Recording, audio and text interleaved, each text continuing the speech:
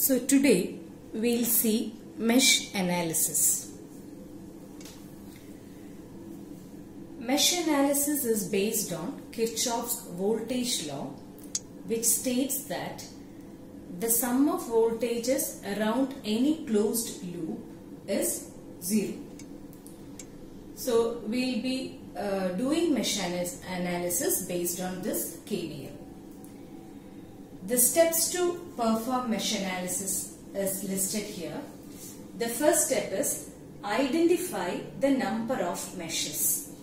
So you'll be given a circuit and you find out what are the number of meshes or number of loops in the given circuit. Second is assign mesh current in clockwise direction. Now this is a convention which we are going to use similar to what we have done in node analysis. In node analysis we assumed that the current is leaving the node except in two conditions. One is the direction of current source is given, and the second is the direction of branch current is given in the question. Same way, in mesh analysis we always assign mesh current in clockwise direction, irrespective of the actual direction of current flow. And we assign it in clockwise direction except in two conditions. One is there is a current source in the loop, you will take the direction same as that of the current source. Second, the direction of loop current is arbitrary given in the question. So except these two conditions, we always assign the mesh current in clockwise direction. The third point is, after assigning mesh current, we will use KVL and apply Ohm's law to write the mesh equations. And we will see that if it is a single branch current, that is the branch is not shared by any other branches, then the branch current will be same as that of mesh current. But if a branch is common, then the branch current will be difference of mesh currents. So these are the steps to find the analysis of circuit using mesh analysis. First, identify the number of meshes in the circuit. Second, assign mesh current in clockwise direction except in two conditions. One, there is a current source in the mesh. Second, the direction of current source is given in the question. After assigning mesh current, you use the Kirchhoff's voltage law and then Ohm's law to write the mesh equations. So to understand the mesh analysis in detail, let's take an example. Consider the circuit shown. It has a voltage source, current source, resistor, capacitor and inductor. So the first step is you have to identify the number of loops in the circuit, number of meshes in the circuit. We can find that there are 3 meshes. So we'll assign mesh current in clockwise direction. So here there should be 3 mesh currents. Here there is a current source. So the direction of current source is also in clockwise direction. Hence I1 is taken in clockwise direction. I2 is taken in clockwise direction and I3 is taken in clockwise direction. Okay. So we'll write mesh 1. See, this is a point to be noted. If there is a current source in the mesh, the value of loop current or mesh current will be same as that of the current source value. So here in the first loop, there is a current source I of t. So you needn't write any other equation separately. We can directly write I1 is equal to I of t. So if there is a current source in a loop, the value of mesh current will be same as that of the value of current source. So I1 is equal to I of t. Now we'll see how to write the loop equation for mesh 2. C, what is current flowing through C? Current flowing through C is I2 of t. So what is the voltage drop across capacitor? the basic equation which we have studied in our earlier classes. If current flowing through capacitor is I2 of t dt, then voltage drop across capacitor will be 1 by C integral I2 of t dt. So this is voltage drop across capacitor. Now when we observe this L, we see that there are two currents flowing through it. I2 is flowing through L as well as I3 is flowing through it. And in further observation we can see that both these currents are in the opposite direction. See, I2 is flowing in clockwise direction with respect to this L, but I3, it is going in upward direction, right? I2 is going in this direction, whereas I3 is going in this direction. That means the directions are opposite. So you will take the difference. Voltage drop across inductor is L into di by dt of L into di by dt is what we have learned. Here, since there are two currents, you have to take the difference. And while in mesh 2, we always consider I2 of t greater than any other current. So the difference should always be with respect to I2 of t. L into d by dt of I2 of t minus I3 of t. So C is done, L is done. Now the remaining element is R1. So same way, when we look at R1, we will see that I1 and I2 are flowing in opposite direction with respect to R1. So you should take the difference. R1 into I2 of t minus I1 of t equal to 0. So this is how you write mesh equation for second mesh. Identify the individual components. Write the equation for voltage drop across each component. Take care of the current flowing through each component. That's it.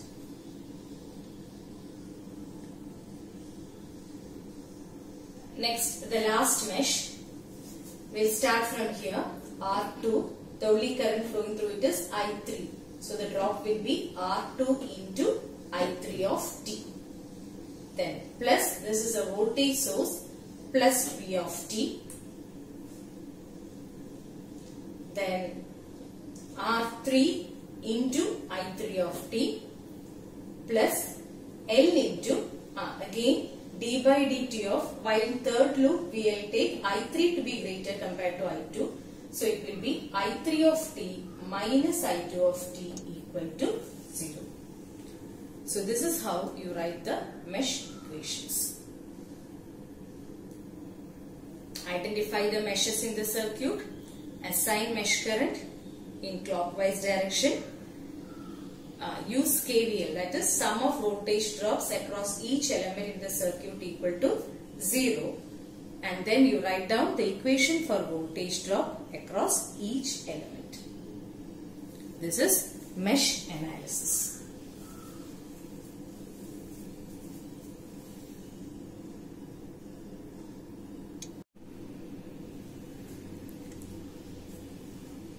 Next is we'll do a problem based on mesh analysis.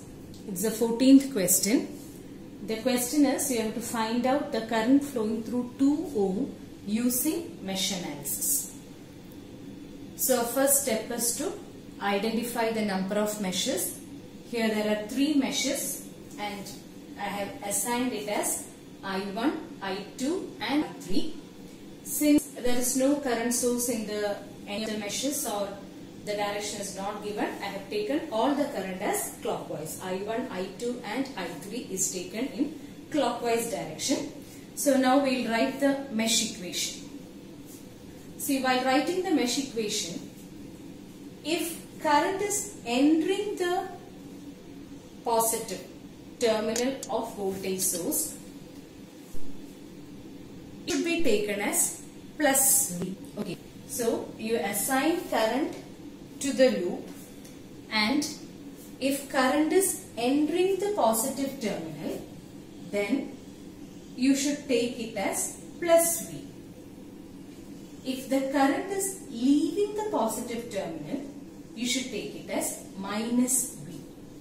So here, when we look at the first loop, we will see that with respect to the voltage source, current is leaving the positive terminal. That means you have to take this as minus 10. Okay. So minus 10 plus voltage drop across the resistor is 6I1 plus 1 into I1 and I2 are flowing in the opposite direction. So it should be 1 into I1 minus I2 equal to 0. This is mesh 1. Now we'll see mesh 2. 2 into I2 plus 3 into I2 minus I3 plus 1 into I2 minus I1. 2 into I2, 3 into I2 minus I3 plus 1 into I2 minus I1 equal to 0. Now mesh 3, 10 into I3. Since current is entering the positive terminal of voltage source, you can write it as plus 20 plus 3 into I3 minus I2 equal to 0. So you have 3 equations and 3 unknowns. You can solve these equations and find out I2. Current flowing through 2 ohm is I2. So you solve these 3 equations and find out the value of I2.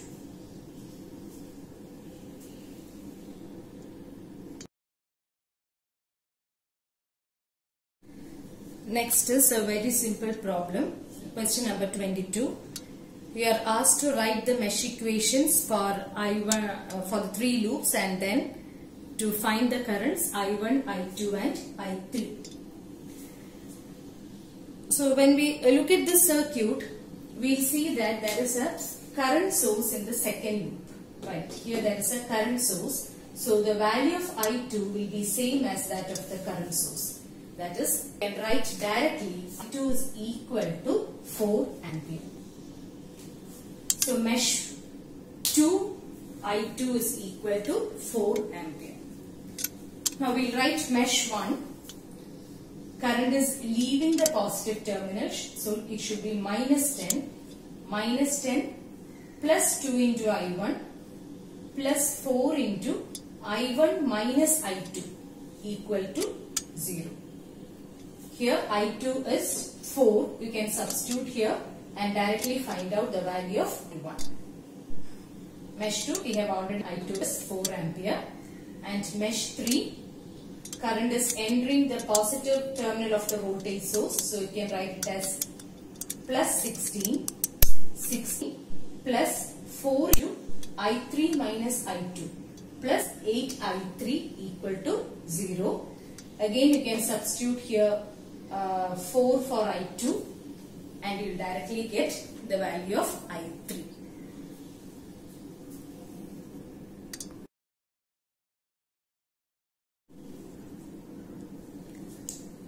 Next is problem 23.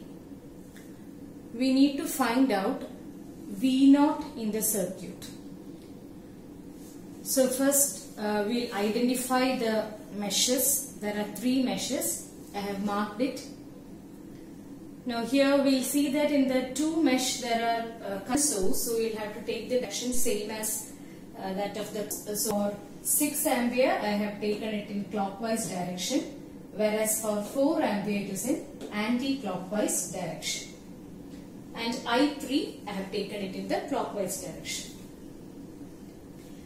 So while observing, we see that I1 is 6 ampere whereas I2 is 4. Why minus sign? Because it is in the anti-clockwise direction. So I2 is minus 4 and I1 is 6. Now you can write the mesh equation for the third mesh.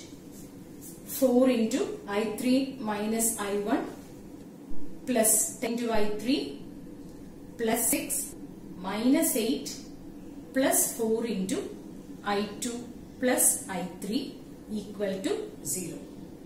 you can substitute for I1 and I2. So the only unknown is I3 and you will get I3. Once you get I3, we can find out V0. What is V0? V0 is the voltage across those terminal, which is the sum of drop across 10 ohm as well as 6 volt. In a resistor, the current entering point is positive with respect to other. So this will be plus and minus. As per the current direction, current entering terminal will be positive with respect to the other terminal. So it is plus minus and plus minus. So we will add the two terms. So V0 is 10 into I3, which is drop across 10 ohm, plus 6. And you will get the final answer as 11.55 volt.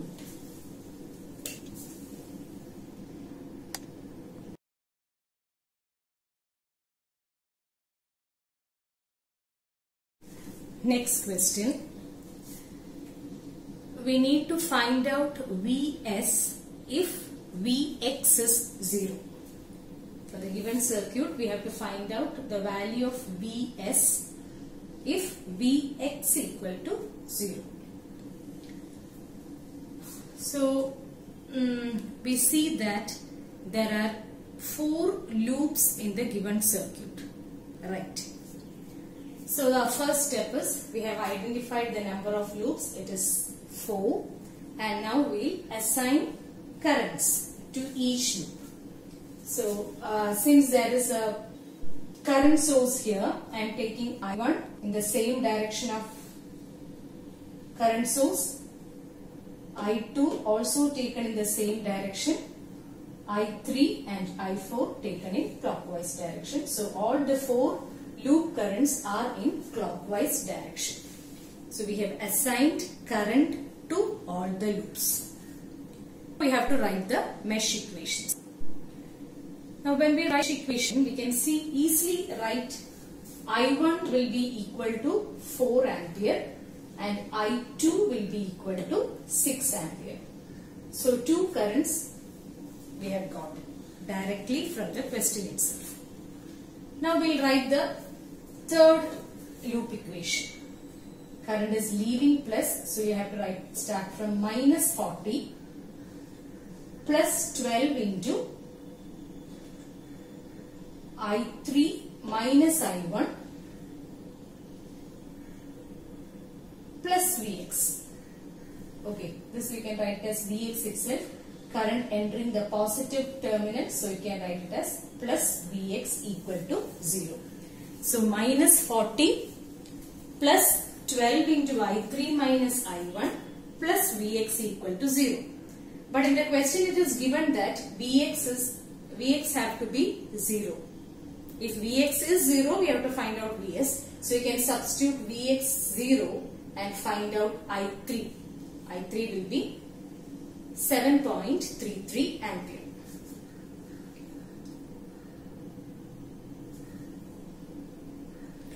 Now we will move on to the fourth loop. In the fourth loop, current is entering the positive terminal here. So you can take it as plus Vs.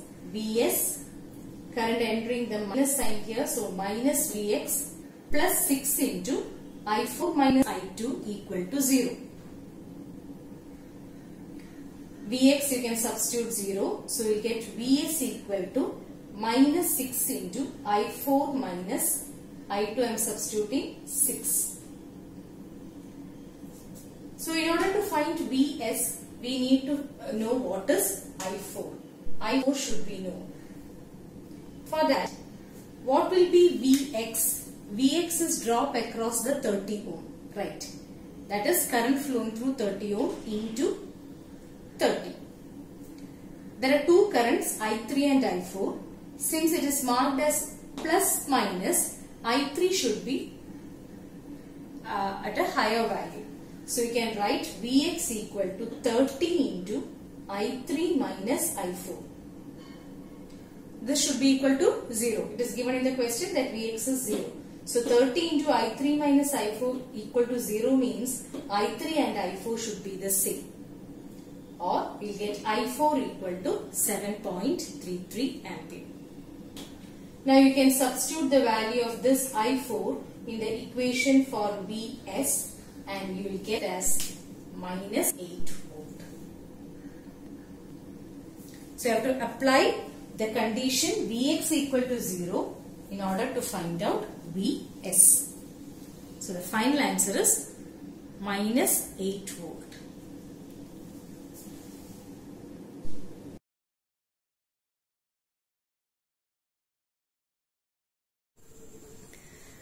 Now we'll see super mesh analysis. Now this is something similar to what we have learned in super node analysis. In super node analysis, we applied super node when there is only voltage source connected between any two nodes.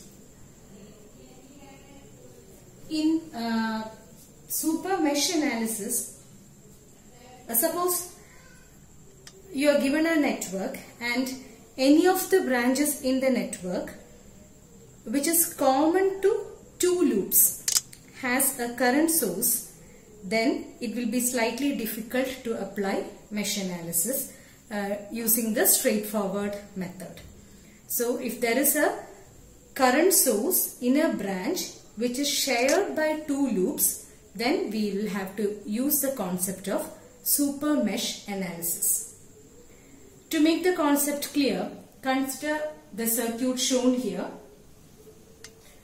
There are three loops and I have assigned current as I1, I2 and I3.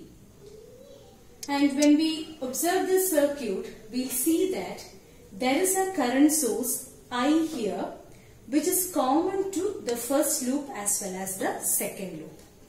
So in such cases, we apply super mesh analysis.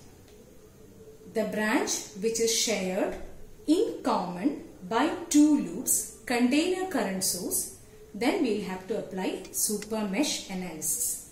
So here this current I is shared by the first and second mesh.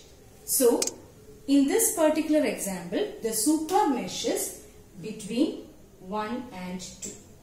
So 1 and 2 is the super mesh. So what we do is similar to what we have done in super node. We completely neglect this branch and write KVL with respect to loop 1 and with respect to loop 2. So first we write the loop 1. Loop 1 has 1, 2 and 3 branches. What we do is we will neglect this. So the remaining is these two. Here the current is entering the negative terminal, so it is minus V1 plus I1 R1. Now we will consider the second loop. Again avoid this. So the remaining is this R3 and V2. So it will be R3 into I2 minus I3. Current is entering the positive terminal, so plus V2 equal to 0. So super mesh means you are going to combine these two loops by neglecting this common branch. So there should be 1, 2, 3, 4 terms in the super mesh equation. Minus V1 plus I1 R1 plus R3 into I2 minus I3 plus V2 equal to 0. And you will have to write the constraint equation. The constraint equation, see here the direction of current is shown as downward. So I should be I1 minus I2. I1 should be greater than I2. So I is defined as I1 minus I2. So that is our super mesh. Now we can write the mesh equation for mesh 3 in the normal way. 3 elements. Current is entering the negative terminal, so minus V2 plus R3 into I3 minus I2 plus R4 into I3 equal to 0. So this is super mesh analysis. When there is a current source in the branch which is common to a branch shared by two loops, we make use of super mesh analysis.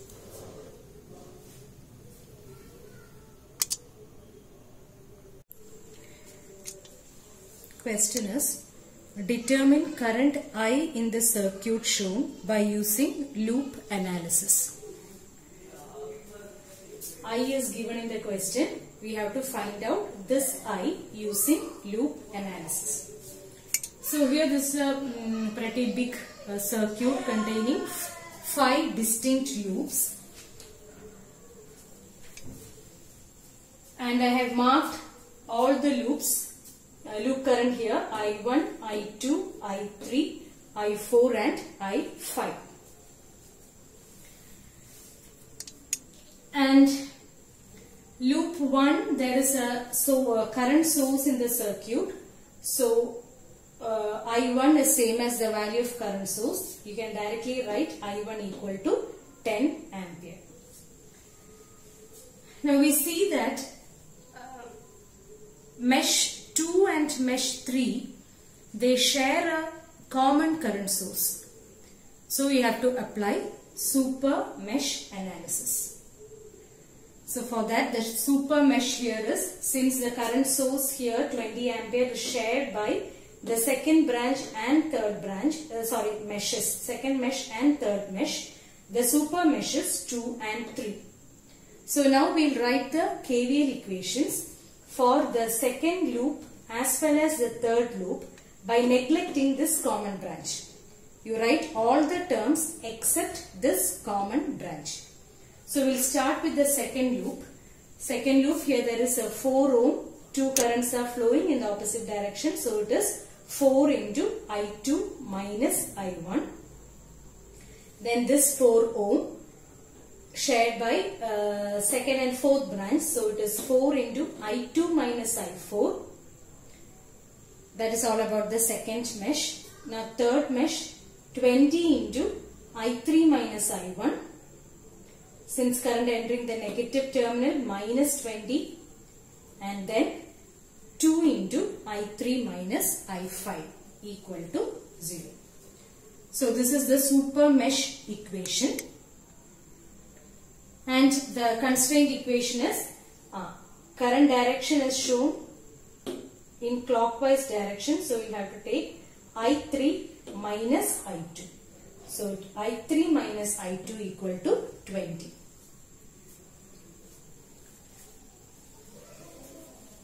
Now we can write the mesh 4 equation. 4 into I4 minus I2 plus 6 into I4 plus 2 into I4 minus I5 equal to 0. Similarly, the mesh 5, 10 plus 6 I5 plus 2 into I5 minus I3 plus 2 into I5 minus I4 equal to 0. So there are 4 equations and 4 unknowns. You can solve it. You needn't find out all the values because we just need to find out this I here. I is I3 minus I5. So just find out I3 and I5 and then substitute here. The final answer is 12.628 ampere. So whenever there is a circuit where a current source is shared by 2 meshes, then you will have to apply super mesh.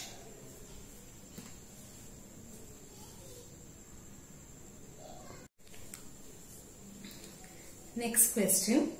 Find the power delivered by 10 volt source and voltage across 4 ohm using mesh analysis. So you have to find 2 things. One is power delivered by the 10 volt and second is voltage drop across 4 ohm. So here there are 3 mesh which the current I have marked as I1, I2 and I3, and we will see that mesh 1 and mesh 2 share a common current source. Hence mesh 1 and mesh 2 form the super mesh. So super meshes 1 and 2, we will write the super mesh equation. There will be 1, 2, 3, 4, 5, 6, 7. 7 terms in total in that equation. So we'll start by the first mesh. Ignoring the current source, the other elements is 4 into I1 plus 6 into I1 plus 6 into I1 minus I3. These three terms, 4I1, 6I1, 6 into I1 minus I3. That is with respect to mesh 1. Now with respect to mesh 2, it will be 2 into I2 plus 2 into I2 minus I3 plus 6 minus 10 equal to 0.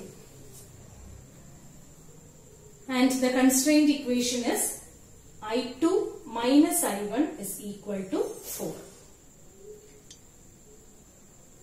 Now to write the node equation, the mesh equation, this is not node, this is mesh.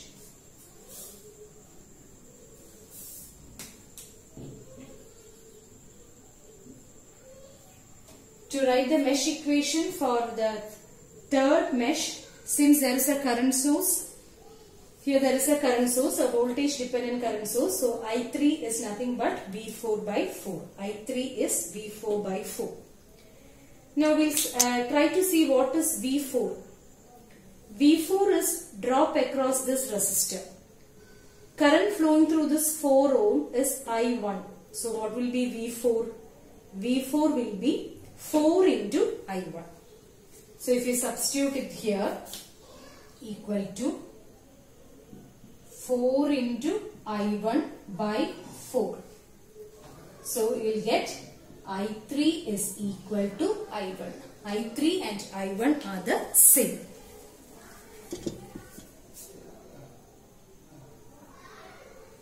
That is what I have shown here.